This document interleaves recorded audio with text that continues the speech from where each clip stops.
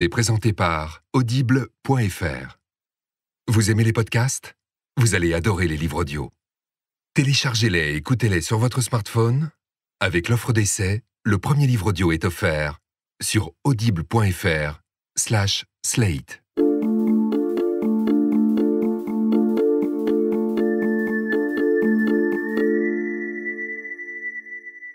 Bienvenue dans Transfert, un podcast de Slate.fr. Là, vous êtes chez vous, vous avez des écouteurs dans les oreilles, ou bien vous êtes au bureau, dans le métro, en train de courir dans un parc depuis 17 minutes, 150 calories perdues. Vous êtes essoufflé. Regardez les gens autour de vous. Les autres. Il leur est probablement arrivé un truc dans leur vie que vous rêveriez de savoir et dont ils ne soupçonnent pas eux-mêmes que c'est digne d'intérêt. Un accident qui a changé leur existence? Une dispute à laquelle ils repensent chaque jour depuis 20 ans?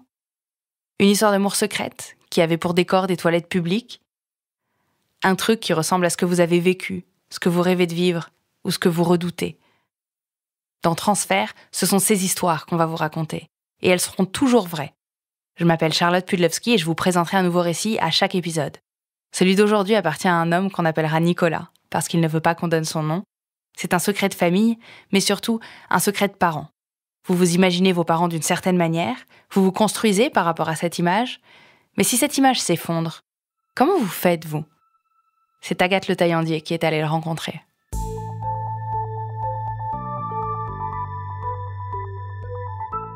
J'ai compris, quand j'ai eu une trentaine d'années, que donc j'avais grandi dans une famille avec un secret. Il y a quelque chose qu'on dit des enfants, on dit que les enfants sont des radars. C'est-à-dire que même si on ne leur dit pas, ils sentent ou ils savent. Et en fait, il y avait un problème dans le couple de mes parents, un problème concernant le mari et l'épouse. Voilà, l'époux et l'épouse. C'est-à-dire que eux n'étaient pas heureux en tant que couple. On ne parle pas d'une famille où j'avais un père qui buvait, qui frappait ma mère. On n'était pas là-dedans. Mais il y avait un truc pas terrible. Il n'y avait pas beaucoup d'amour, quoi. Il y avait beaucoup de ressentis, des frustrations. Mais ça, je m'en rends compte après coup. Par contre, ils étaient plutôt épanouis par rapport à leur rôle de père et de mère. Et on devait ressentir ces espèces d'effluves dans le foyer.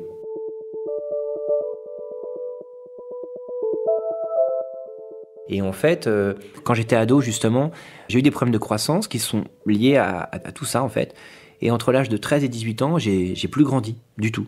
Normalement, à l'âge où on fait sa puberté, moi, il se passait rien.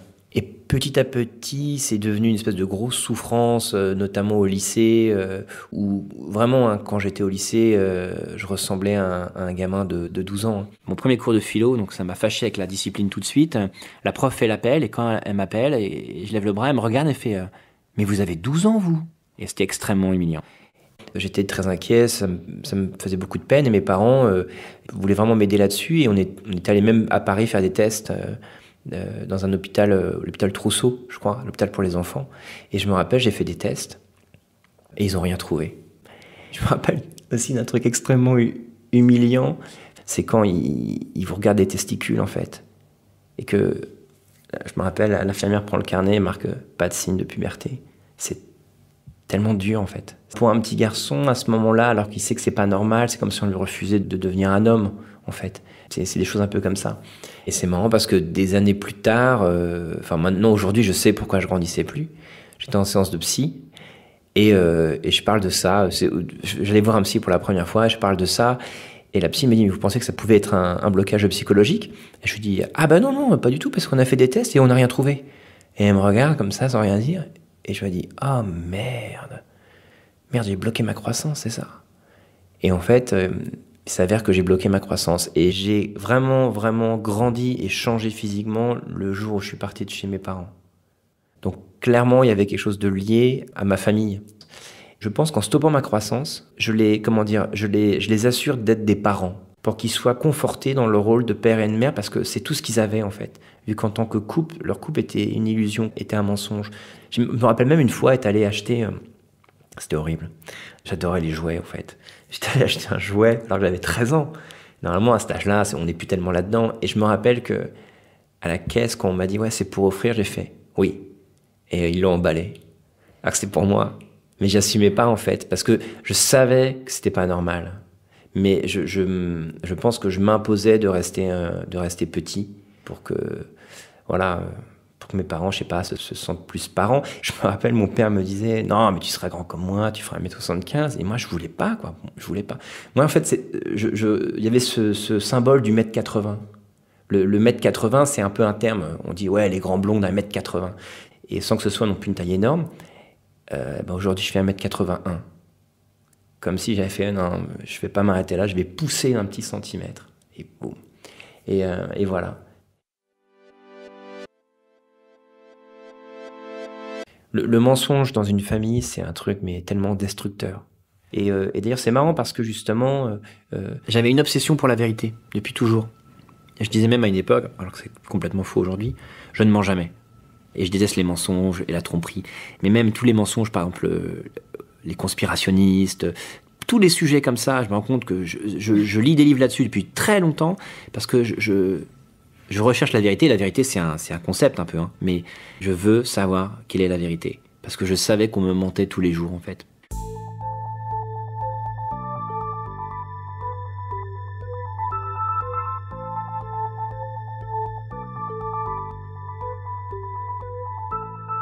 Ma vie a complètement changé le jour où j'ai reçu un email de mon père. Voilà, c'était il y a quelques années de ça. Mon père, que je vois pas souvent, qui habite très loin, qui habite dans le sud de la France, doit venir nous voir, mon frère et moi, sur Paris. Il a un truc à nous annoncer qui est important, mais compte tenu de nos rapports, en fait, et de la mythomanie qu'on prête souvent à notre père, on se dit, voilà, il va nous raconter un truc dont on se fout complètement, comme d'habitude.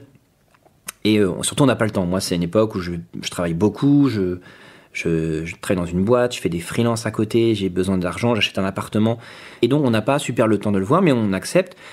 Je le vois, genre, entre midi et 2, en fait, à la pause déj. Et mon père se vexe quand il apprend ça, parce qu'il estime qu'on ne lui accorde pas assez de temps et que, finalement, nous, on s'en fout, en fait, de sa venue.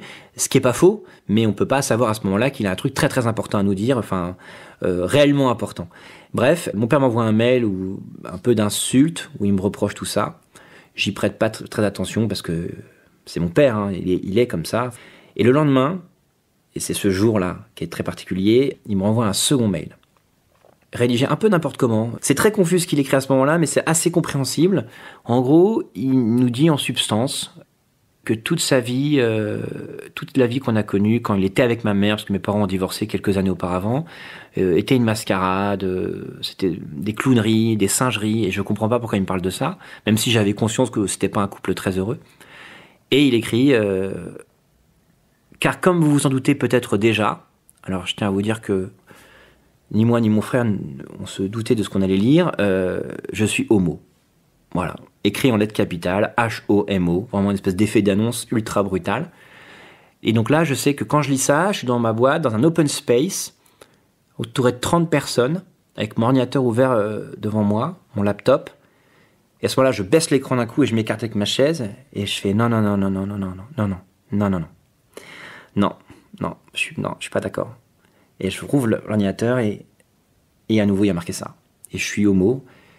Et derrière, j'apprends qu'il vit avec un homme avec qui il est très heureux, un monsieur très gentil, précise, un monsieur très gentil. Et je fais non, c'est pas possible. Et les gens autour de moi disent oui, il y a un problème. J'en fais non, je suis, je sais pas où je suis en fait. Je comprends pas ce qui se passe. Je ferme mon ordinateur, je sors dans la rue, je prends mon portable, je me dis il faut que j'appelle mon frère. À ce moment-là, en fait, je le sais pas encore, mais c'est un cataclysme en fait. C'est pas tant le fait que mon père soit homosexuel, j'ai pas de problème avec ça, pas du tout. C'est plus que de découvrir à ce moment-là, en un mot, en une phrase, que je ne connais pas mon père en fait. Je ne sais pas qui il est, je ne sais pas fondamentalement qui est cette personne. Et là, c'est que le début en fait. Et donc j'appelle mon frère et je l'appelle, je fais « Ouais, j'ai reçu un email de papa, Il dit « Ah, mais quoi, mais qu'est-ce qu'il raconte encore ?» Parce qu'il sait que mon père souvent nous envoie des conneries. Et je lui dis « Il dit qu'il est gay !» Et mon frère, de manière hyper nonchalante, fait « Ah ouais ? Ah putain !» Je fais « C'est tout, putain, c'est... » Il me fait « Bah je sais pas. » Puis là, son ex de l'époque qui dit à voix basse « Ah mais moi je m'en doutais !» Je lui dis « Mais comment ça s'en doutait ? Nous on s'en doutait pas, comment on pouvait s'en douter ? On peut pas s'en douter. » Je suis en vrille et mon frère, comme il sait pas quoi me dire, je raccroche, je dis « Je vais appeler maman, je vais lui demander. » Je dois lui dire. Et j'appelle ma mère et je fais « Allô maman, ouais j'ai reçu un email de papa. » Je fais « Oh il dit qu'il est gay !» Et ma mère, gros silence. Et ma mère elle fait « Ouais je savais. » Et je m'effondre, en fait. Je m'assois par terre et je pleure. Et le truc, j'ai une réaction qui peut paraître débile, mais tant que ça vous est pas arrivé, vous pouvez pas savoir. Je dis à ma mère, putain, je suis sûr que ça va m'arriver à moi aussi. Ma mère me dit, mais arrête de dire des bêtises. Il a toujours été gay, même avant que je le rencontre. Et je fais, hein? Parce que pour beaucoup de gens, dont moi, quand quelqu'un fait son coming out à 60 ans, c'est comme si la veille, il le savait pas, en fait. Et non, coming out, c'est juste officialiser quelque chose. Enfin, de mon point de vue. Et donc, tout à coup, là, c'est vraiment Hiroshima dans ma tête, quoi. Le truc, c'est que c'est pas une question de sexualité, c'est une question de mensonge. Il faut vivre avec l'idée que quelqu'un nous a menti toute sa vie, en fait. Nous a menti, et que nous, on a cru à ce mensonge, et on en a sans doute souffert. Et c'est ça qui est dur, en fait. J'aurais pu apprendre que mon père était agent secret, ça aurait été un peu pareil. On avait un père qui était soi-disant hétéro, et Taku qui, en fait, est homo. Et c'est ça qui est dur, c'est de changer de père. Donc en une fraction de seconde, je pense que c'est comme les expériences de mort imminente, c'est-à-dire que on revoit toute sa vie défiler en un instant, en une seconde comme ça, avec une nouvelle information qui nous fait comprendre qu'il y a énormément de choses qui doivent être réinterprétées. Tout à coup, on a le décodeur. Et tout à coup, l'aigreur de cet homme, plein de choses comme ça, des réactions, des colères, tout à coup, tout prend un sens. Tout à coup, on se rend compte qu'on ne le connaît pas, mais qu'on a maintenant la clé pour apprendre à le connaître et savoir qui est vraiment notre père. Et donc je pose plein de questions à ma mère. Voilà, elle me dit qu'elle s'en est rendue compte à la fin des années 70, à la naissance de mon frère. Donc tout à coup, je me dis, mais c'était il y a plus de 30 ans. J'ai vraiment l'impression de... Oui, voilà, j'attaque Game of Thrones à la saison 5. Donc je ne comprends rien. J'ai plein de retard. Et ma mère m'explique tout, qu'elle s'en est rendue compte, qu'elle a trouvé des lettres d'amants brésiliens. Et donc je comprends que mon père avait une vie parallèle et que ma mère avait une vie parallèle parce que elle lui a dit clairement, quand elle s'en est rendue compte, que voilà, il se passerait plus jamais rien entre eux et qu'elle restait parce qu'il y avait ses 2 enfants et tout ça. Et je pense qu'il y avait une volonté de préserver une image. Je pense que les 2 voulaient préserver cette image d'une famille. Et donc voilà. Et donc à ce moment-là, on revoit toute sa vie. Tout à coup, il y a plein de choses qui prennent du sens et il y a plein de choses extrêmement drôles parce qu'il y a énormément de choses drôles. Tout à coup, j'ai des espèces de flashs, c'est que je repense, et c'est un cliché, mais c'est vrai, à ses goûts musicaux. Et d'un coup, je me dis, ok, donc, ABBA, Barbara Hendricks, Barbara Streisand, Mylène Farmer. Le côté droite, Michel Sardou. Donc, qui est le plus grand chanteur de tous les temps d'après mon père? Freddie Mercury. Alors, on peut apprécier tous ces chanteurs sans être homosexuel, mais quand même, là, tout à coup, je me rends compte que ça... Enfin, c'est sa collection de disques, c'est un peu orienté. Mon père adore le patinage artistique. Alors, je pense que c'est pas le seul, mais il le regarde comme du football. Et quand c'était Soria Bonali, je crois, quand elle fait un triple axel, il hurle comme si quelqu'un avait mis un but. Alors voilà, évidemment, c'est des clichés, tout ça, mais je parle uniquement de mon vécu. Puis à côté, en même temps, plein d'autres trucs qui sont des trucs, je dirais même des hétéro-clichés, à fond sur les voitures, réparer des trucs, acheter plein d'outils dont il ne se servira jamais. J'ai l'impression qu'il aimait bien avoir toute la panoplie du cliché hétéro. C'est-à-dire, s'il se met à jardiner, il avait tout le matos comme si on habitait à Versailles. Il aimait bien, en fait, avoir... en tout cas, un déguisement de normalité, en fait. Voilà, j'ai un jardin, je jardine, je suis comme tout le monde. Et il est comme tout le monde. Mais je pense que parce qu'il vivait très mal le fait de se cacher, il exagérait les choses, sa manière d'être, etc. Il a voté à droite toute sa vie, fan de Valéry Giscard d'Estaing, ultra fan de Chirac, c'était son héros.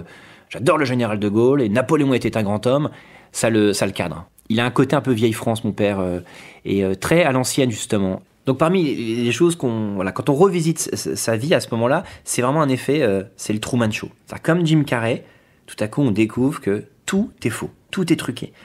Et en même temps, on peut réinterpréter les choses. Et donc par exemple, je pense à 2 histoires, une marrante et une beaucoup moins marrante. Une fois que mon frère, on trouve un disque de Queen, c'est I Want to Break Free, un 45 tours, et on écoute, on trouve ça chouette, mais on se demande, qui est-ce qu'il a acheté? Et je demande à ma mère, mais c'est toi qui l'as acheté? Elle me dit, bah non, demande à ton père. Je vais voir mon père, est-ce que c'est toi qui l'as acheté? Et mon père me dit non. Donc, bon, à un moment donné, moi j'ai 10 ans, je suis pas du genre à aller acheter un disque sans me rappeler, mon frère en a 7, et voilà. Et donc je pense que c'était à mon père, et dans une logique qui est vraiment la sienne, peut-être qu'il s'est dit, si je dis que c'est moi qui l'ai acheté, ils vont me cramer que je suis gay. Parce que Queen, Freddie Mercury est homo, etc. Moi, j'ai 10 ans, je ne sais pas que cet homme avec une grosse moustache est homosexuel. C'est juste le mec qui chante ça et qui chante Flash et la chanson d'Highlander. Et peut-être que mon père, à ce moment-là, qui doit quand même... c'est un homme qui a peur à chaque instant d'être découvert, d'être démasqué tout le temps. Il va jusque-là, à un endroit où ses enfants vraiment posent une question innocente, et je pense vraiment qu'il nous a menti, ils ont menti pour ça. Une fois aussi, pareil, donc là c'est très bizarre. J'ai peut-être 14 ou 15 ans, et je demande à mon père si je peux lui prendre, je sais pas, 10 francs ou un truc comme ça. Il me dit, bah prenez dans ma sacoche, et j'ouvre son portefeuille et je trouve un préservatif. Et je vais le voir, et on est tous là, et je lui montre, je fais, mais c'est quoi? Je le confronte quand même. Et mon père, il se débine pas. J'avoue que là, purée, mais là, en termes de mytho, il a été incroyable. Il me regarde, il fait, bah c'est extrêmement simple. Il ouvre le préservatif, il l'enfile comme un gant, et il dit, voilà, c'est simple, parfois t'es dans l'avion. Parce que donc il travaillait comme steward. Et si quelqu'un a un problème, a un saignement, et que t'as pas de gants, tu fais ça. Et tu peux manipuler la personne sans toucher le sang et tout. Qui est un espèce de mytho, mais énorme. Et à ce moment-là, je sais que je le crois, mais genre, ok, c'est pas hyper convaincant, mais pourquoi pas. Et je me rappelle pas, mais mon frère m'a dit que ma mère était furieuse. Parce qu'elle savait ce que ça voulait dire. Et l'autre truc, en fait... c'est là qui est beaucoup plus triste en fait. Un soir, mon père rentre et il a un énorme cocard. Et avec mon frère, il me demande mais qu'est-ce qui s'est passé? Et il nous raconte, il dit ben voilà, je travaillais, là j'étais à Londres, et puis à un moment donné, je vais dans la rue, je vais m'acheter un fish and chips et tout, puis il nous raconte, et il raconte de manière vraiment très marrante. C'est vraiment marrant. Et voilà, je me promène dans la rue, j'ai mon fish and chips, tout à coup il y a un Anglais qui arrive, je sais pas ce qu'il me raconte, et il me met un coup de poing. J'ai mes frites qui volent en l'air, mon poisson de l'autre côté, je m'en trouve le cul par terre, j'ai rien compris. Parce qu'il nous fait à ce moment-là rire, parce qu'il nous le raconte vraiment pour nous faire marrer. En fait, il est en train de nous mitonner, mais il est en train de nous... en fait, la scène, pour moi, elle est folle, parce qu'il est en train de nous protéger d'un truc qu'on peut pas encaisser. Et donc, il nous raconte ça et tout, et voilà. Et c'est l'histoire, c'est fin de l'histoire. Et il se passe 25 ans. Et j'apprends que mon père est gay, et puis ma mère, je lui parle tous les jours, je lui pose des questions. J'ai des flashs qui me reviennent, je lui pose des questions. Et tout à coup, je lui dis, mais qu'est-ce qui s'est passé le soir où il est rentré avec un cocard? Et elle me dit qu'il s'était fait agresser, en fait, à Londres. Clairement, il s'est pris un coup de poing parce qu'il était homosexuel. Et ça met en colère, en fait, parce que c'est hyper tragique, parce que d'un côté, il y a un truc qui est beau, dans le sens où on se dit, ouais, il nous a tellement protégés de ce récit. Il nous a caché le fait qu'on l'avait frappé parce qu'il était homosexuel. Et ben, il nous a protégés de ça, il nous a protégés de cette injustice, en fait. Et de découvrir ça des années plus tard, en fait, c'est hyper triste parce que personne n'a le droit de frapper mon père, en fait, quoi. Et donc, quand j'apprends tout ça, en fait, ce jour-là, j'ai pas encore pris conscience de ce que ça veut dire, à savoir que ça va tout changer, en fait. Les 3 mois qui vont suivre, je vais perdre entre 10 et 12 kilos. Et je fais comme une espèce de seconde puberté. Ça veut dire que tout à coup, j'étais pas gros, mais je me portais bien. Tout à coup, je mincis, je change toute ma garde-robe. Tout à coup, je me suis mis à m'apprécier physiquement, à me trouver bien, à oser me regarder dans un miroir et tout ça. Je deviens la personne, je crois que je voulais devenir depuis très longtemps, mais que j'avais jamais osé être, quoi.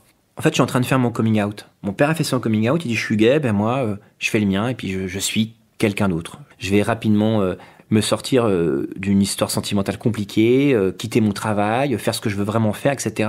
Mais qu'il n'y a pas de raison, en fait, moi aussi je vais m'affirmer. Moi aussi je vais devenir qui je veux être. Ça nous donne l'occasion de se redéfinir. Enfin, ça m'a donné cette occasion. C'est-à-dire que si mon père n'est pas celui que je crois, ça veut dire que je ne suis pas celui que je pense être. Je suis quelqu'un d'autre. En fait, j'étais le fils d'un homosexuel honteux qui se faisait passer pour un hétéro, et maintenant je dois être le fils d'un homosexuel qui s'assume.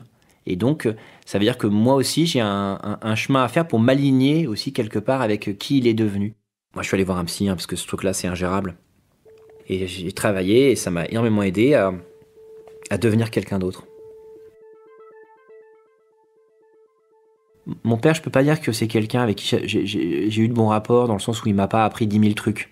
Où il y a ce truc de transmission. Je pense que je suis attaché vachement au statut de mentor et de transmission parce que ça m'a manqué, justement. J'arrivais pas à comprendre le modèle que j'avais sous les yeux, en fait. S'il avait été homo, ok, il est homo. Et je sais que mon père est homo, viril ou pas viril, peu importe, mais je sais. Et c'est pour ça que c'est pas, pour moi, l'homosexualité, c'est pas du tout un problème par rapport à l'éducation des enfants. La question, c'est juste que les modèles soient clairs. Que les gens soient eux-mêmes, en fait. Qu'il n'y ait pas Il n'y a pas d'imposture. Quand j'ai appris que mon père était homosexuel, c'est comme si on me disait « c'est normal que tu aies échoué en fait ». Tu savais pas quel était le problème, tu savais pas quelle était la situation. Donc d'un coup on a les clés et en fait c'est pas de ma faute, j'y suis pour rien. Et donc ça me libère. Et à ce moment-là je peux dire ok maintenant moi je vais m'occuper de moi. Il m'a donné les clés de compréhension de mon passé, de mon histoire familiale, de tout ça, de qui je suis en fait. Et maintenant j'en profite pleinement. Je suis monté dans ce train quoi. Il était hacké, je suis monté dedans. Je pouvais pas continuer à être qui j'étais. Alors que je me détestais en fait je pense.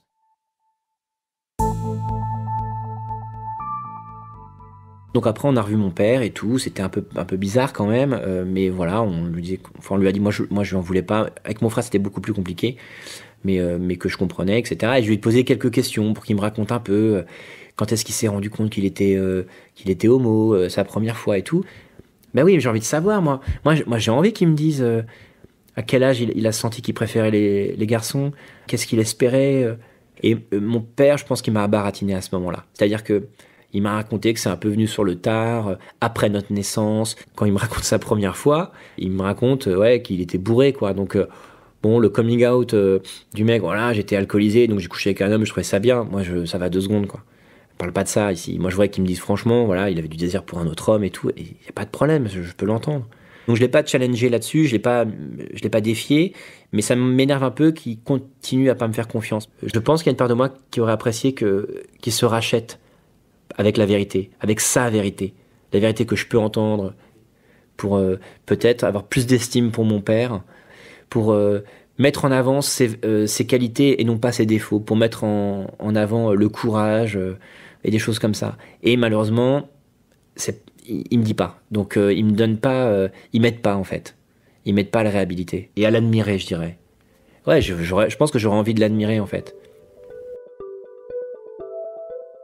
J'ai appris, en fait, il s'est marié il n'y a pas longtemps, il y a un peu plus d'1 an. Il s'est marié avec son compagnon et il nous a pas prévenus. Et ça m'a fait énormément de peine. Énormément de peine. Alors voilà, évidemment, c'est des clichés, tout ça, mais je parle uniquement de mon vécu. Puis à côté, en même temps, plein d'autres trucs qui sont des trucs, je dirais même, des hétéro-clichés, à fond sur les voitures, réparer des trucs, acheter plein d'outils dont il ne se servira jamais. J'ai l'impression qu'il aimait bien avoir toute la panoplie du cliché hétéro. C'est-à-dire, s'il se met à jardiner, il avait tout le matos comme si on habitait à Versailles. Il aimait bien, en fait, avoir, en tout cas, un déguisement de normalité, en fait. Voilà, j'ai un jardin, je jardine, je suis comme tout le monde, et il est comme tout le monde. Mais je pense que parce qu'il vivait très mal le fait de se cacher, il exagérait les choses, sa manière d'être, etc. Il a voté à droite toute sa vie, fan de Valéry Giscard d'Estaing, ultra fan de Chirac, c'était son héros. J'adore le général de Gaulle, et Napoléon était un grand homme, ça le cadre. Il a un côté un peu vieille France, mon père, et très à l'ancienne, justement. Donc parmi les choses quand on revisite sa vie à ce moment-là, c'est vraiment un effet, c'est le Truman Show. C'est comme Jim Carrey, tout à coup on découvre que tout est faux, tout est truqué. Et en même temps, on peut réinterpréter les choses. Et donc par exemple, je pense à 2 histoires, une marrante et une beaucoup moins marrante. Une fois que mon frère, on trouve un disque de Queen, c'est I Want to Break Free, un 45 tours, et on écoute, on trouve ça chouette, mais on se demande, qui est-ce qu'il a acheté ? Et je demande à ma mère, mais c'est toi qui l'as acheté ? Elle me dit, bah non, demande à ton père. J'ai dit à mon père, est-ce que c'est toi qui l'as acheté ? Et mon père me dit non. Donc, bon, à un moment donné, moi j'ai 10 ans, je suis pas du genre à aller acheter un disque sans m'en rappeler, mon frère en a 7, et voilà. Et donc je pense que c'était à mon père, et dans une logique qui est vraiment la sienne, peut-être qu'il s'est dit, si je dis que c'est moi qui l'ai acheté, ils vont me cramer que je suis gay. Parce que Queen, Freddie Mercury est homo, etc. Moi, j'ai 10 ans, je ne sais pas que cet homme avec une grosse moustache est homosexuel. C'est juste le mec qui chante ça et qui chante Flash et la chanson d'Highlander. Et peut-être que mon père, à ce moment-là, qui doit quand même... c'est un homme qui a peur à chaque instant d'être découvert, d'être démasqué tout le temps. Il va jusque-là, à un endroit où ses enfants vraiment posent une question innocente, et je pense vraiment qu'il nous a menti, ils ont menti pour ça. Une fois aussi, pareil, donc là c'est très bizarre. J'ai peut-être 14 ou 15 ans, et je demande à mon père si je peux lui prendre, 10 francs ou un truc comme ça. Il me dit, prenez dans ma sacoche, et j'ouvre son portefeuille et je trouve un préservatif. Et je vais le voir, et on est tous là, et je lui montre, je fais, mais c'est quoi ? Je le confronte quand même. Et mon père, il se débine pas. J'avoue que là, purée, mais là, en termes de mytho, il a été incroyable. Il me regarde, il fait, c'est extrêmement simple. Il ouvre le préservatif, il l'enfile comme un gant, et il dit, voilà, c'est simple, parfois tu es dans l'avion, parce que donc il travaillait comme steward, et si quelqu'un a un problème, a un saignement, et que t'as pas de gants, tu fais ça, et tu peux manipuler la personne sans toucher le sang et tout. Qui est un espèce de mytho, mais énorme. Et à ce j'ai mon chien. Je dis, tout à coup, il y a un anglais qui arrive, je sais pas ce qu'il me raconte. Et il me met un coup de poing. J'ai mes frites qui volent en l'air, mon poisson de l'autre côté, je m'en trouve le cul par terre, j'ai rien compris. Ce qui nous fait à ce moment-là rire, parce qu'il nous le raconte vraiment pour nous faire marrer. En fait, il est en train de nous mitonner, mais il est en train de nous... en fait, la scène, pour moi, elle est folle, parce qu'il est en train de nous protéger d'un truc qu'on peut pas encaisser. Et donc, il nous raconte ça et tout, et voilà... Et c'est l'histoire, c'est fin de l'histoire. Et il se passe 25 ans. Et j'apprends que mon père est gay, et puis ma mère, je lui parle tous les jours, je lui pose des questions. J'ai des flashs qui me reviennent, je lui pose des questions. Et d'un coup, je lui dis, mais qu'est-ce qui s'est passé le soir où il est rentré avec un cocard ? Et elle me dit qu'il s'était fait agresser, en fait, à Londres. Clairement, il s'est pris un coup de poing parce qu'il était homosexuel. Et ça met en colère, en fait, parce que c'est hyper tragique parce que d'un côté, il y a un truc qui est beau dans le sens où on se dit, ouais, il nous a tellement protégés de ce récit. Il nous a caché le fait qu'on l'avait frappé parce qu'il était homosexuel. Et ben, il nous a protégés de ça, il nous a protégés de cette injustice, en fait.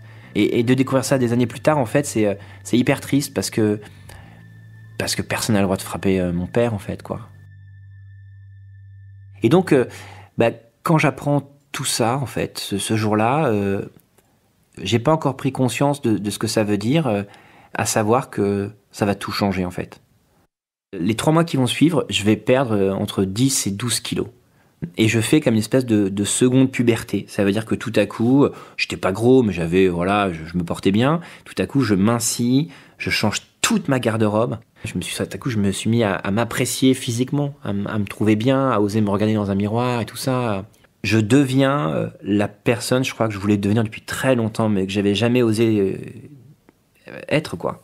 En fait, je suis en train de faire mon coming out. Mon père a fait son coming out, il dit je suis gay, moi, je fais le mien, et puis je suis quelqu'un d'autre. Je vais rapidement me sortir d'une histoire sentimentale compliquée, quitter mon travail, faire ce que je veux vraiment faire, etc. Mais qu'il n'y a pas de raison, en fait, moi aussi je vais m'affirmer. Moi aussi je vais devenir qui je veux être. Ça nous donne l'occasion de se redéfinir. Enfin, ça m'a donné cette occasion. C'est-à-dire que si mon père n'est pas celui que je crois, ça veut dire que je ne suis pas celui que je pense être. Je suis quelqu'un d'autre. En fait, j'étais le fils d'un homosexuel honteux qui se faisait passer pour un hétéro, et maintenant je dois être le fils d'un homosexuel qui s'assume. Et donc ça veut dire que moi aussi j'ai un chemin à faire pour m'aligner aussi quelque part avec qui il est devenu. Moi je suis allé voir un psy, parce que ce truc là c'est ingérable, et j'ai travaillé et ça m'a énormément aidé à devenir quelqu'un d'autre.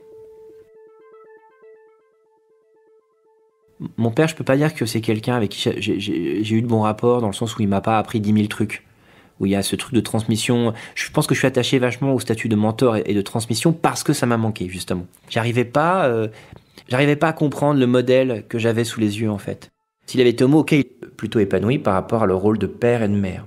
Et on devait ressentir ces espèces d'effluves dans le foyer.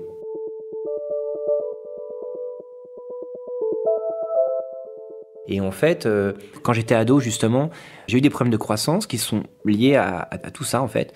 Et entre l'âge de 13 et 18 ans, j'ai plus grandi du tout. Normalement, à l'âge où on fait sa puberté, moi, il se passait rien. Et petit à petit, c'est devenu une espèce de grosse souffrance, notamment au lycée, où vraiment, quand j'étais au lycée, je ressemblais à un gamin de 12 ans. Mon premier cours de philo, donc ça m'a fâché avec la discipline tout de suite.